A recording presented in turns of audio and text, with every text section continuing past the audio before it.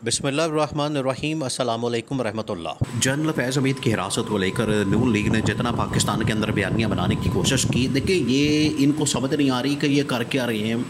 ये फ़ौज का फ़ायदा करने के बजाय उल्टा उसका नुकसान कर रहे हैं और फ़ौज के अंदर इसकी वजह से बड़ा गुस्सा पाया जाता है, बहुत गुस्सा है।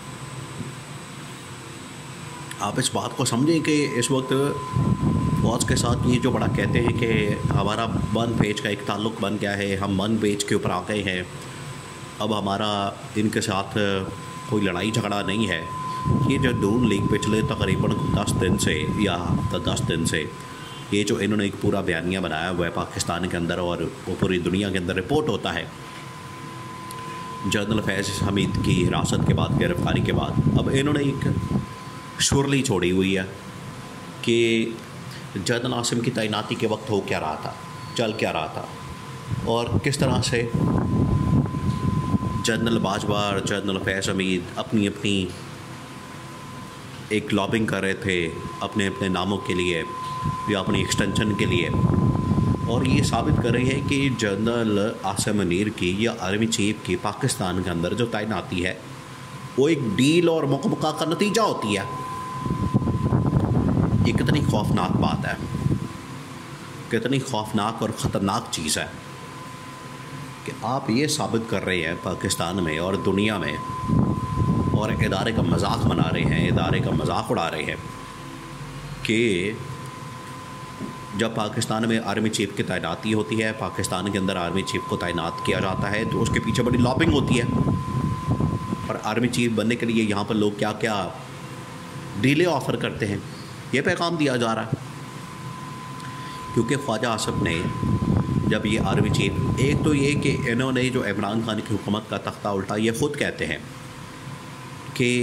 इमरान खान ने अपनी मर्ज़ी का आर्मी चीफ लगा देना था। इमरान खान ने मर्ज़ी का आर्मी चीफ लगाने के बाद मुल्क के ऊपर 10 साल के लिए कब्ज़ा कर लेना था, मुल्क में सदारती निज़ाम कायम कर देना था और बाद में इमरान खान ने हमें जेलों में डाल देना था और हमारा मकबूस ने ठप देना था। ये ख़ुद मानते हैं नून लीग वाले, जिसकी वजह से हमें फिर साजिश करनी पड़ी, अदम एतमाद करना पड़ा और इमरान खान की हुकूमत को घर भेजना पड़ा। ये पूरा बयानिया बनाते हैं अदम एतमाद के पीछे। फिर ये एक कदम आगे बढ़ के कहते हैं कि जब तैनाती हो रही थी आर्मी चीफ की तो उस वक्त के वाक़यात का ये ज़िक्र करते हैं और खुल कर बता रहे हैं। और बता भी कौन रहा है, जो डिफेंस मिनिस्टर है, वज़ीर दिफा है, पता नहीं दिफा के कौन से काम वो करता है। वैसे तो इतनी सलाहियत और इतनी काबिलियत तो नहीं है वज़ीर दिफा के अंदर, ख्वाजा आसिफ के अंदर।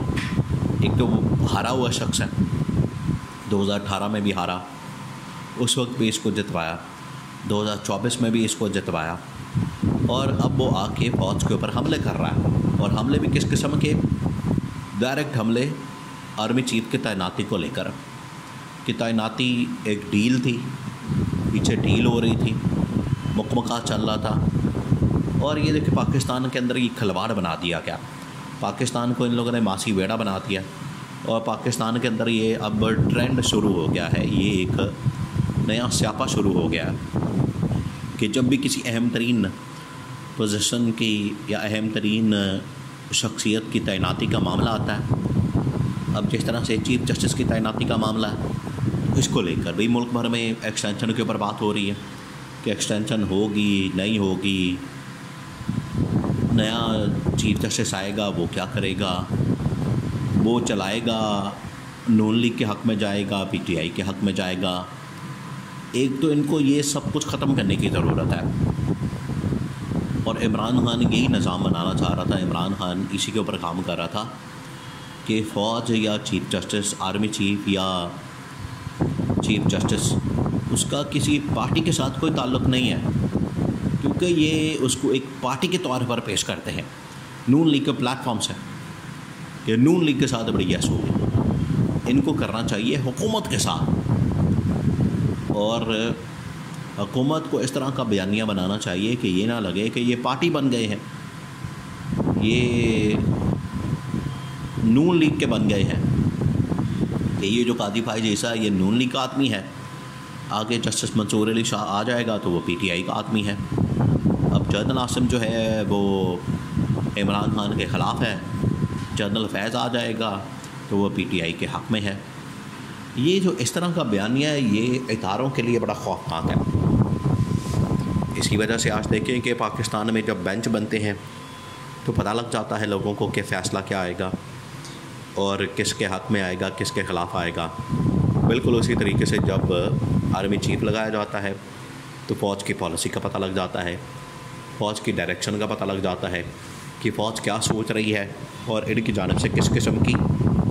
पोजीशन अडॉप्ट की जा सकती है, ये सारा कुछ तो ये वाज़े नज़र आता है। ये चीज़ें वाज़े नज़र आती हैं जो कि अब ये तासुर और इमेज ख़त्म करने की ज़रूरत है और इसको ये जितना परवान चढ़ाया जा रहा है, जितना फ़रोग़ दिया जा रहा है इस हुकूमत की जानिब से और नून लीग की जानिब से और नवाज़ शरीफ की जानिब से, ये समझते हैं कि इनके अंदर इनका कोई कारनामा है या इनका कोई क्रेडिट है कि आज जनरल फैज़ को पकड़ा तो इन्होंने सारे राज खोल दिए कि जनरल बाजवा ये करता था, फ़लाना आर्मी चीफ ये करता था, फ़लाना DGI ये करता था, फ़लाना बंदा ये करता था। आपने इदारों को बदनाम करना शुरू कर दिया कि इदारा हमारी पार्टी के साथ बैठे, हमारी पार्टी के साथ चले, हमारी पार्टी लाइन को लेकर आगे चले, हमारी पार्टी लाइन के मुताबिक काम करे। ये जो सोच है ये बड़ी ख़तरनाक है, बड़ी खौफनाक है और नून लीग पिछले हफ्ते 10 दिन से ये कर रही है और इन्हीं करतूतों की वजह से इस्टेब्लिशमेंट अब इनसे अपने आप को अलग करना चाहती है कि ये तो हमें भी पार्टी बना रहे हैं और इसके अंदर घसीट रहे हैं, हमें भी इन्होंने रगड़ा दिया हुआ है। और ये जो जनरल आसिम की तैनाती के मतलब ख़ास तौर पर 2 फ़ायदे इसमें से निकालें। एक तो ये कि जनरल आसिम हमारा लगाया हुआ आदमी है और दूसरा ये कि जनरल आसिम को ये कह रहे हैं कि ये आपके रास्ते में ये 2 बंदे रुकावट थे, ये बंदे रुकावट पैदा कर रहे थे, आज भी रुकावट पैदा कर रहे हैं, तो आप इनके ख़िलाफ़ एक्शन लें। ये जो बरीक वारदात है ये बड़ी ख़तरनाक है। तो ये हुकूमत कर रही है, हुकूमत के काम होते हैं आवाम को रिलीफ़ देने के, लेकिन ये रिलीफ़ देने के बजाय ना सिर्फ आवाम को तकलीफ़ दे रही है, इदारों को भी तकलीफ़ दे रही है,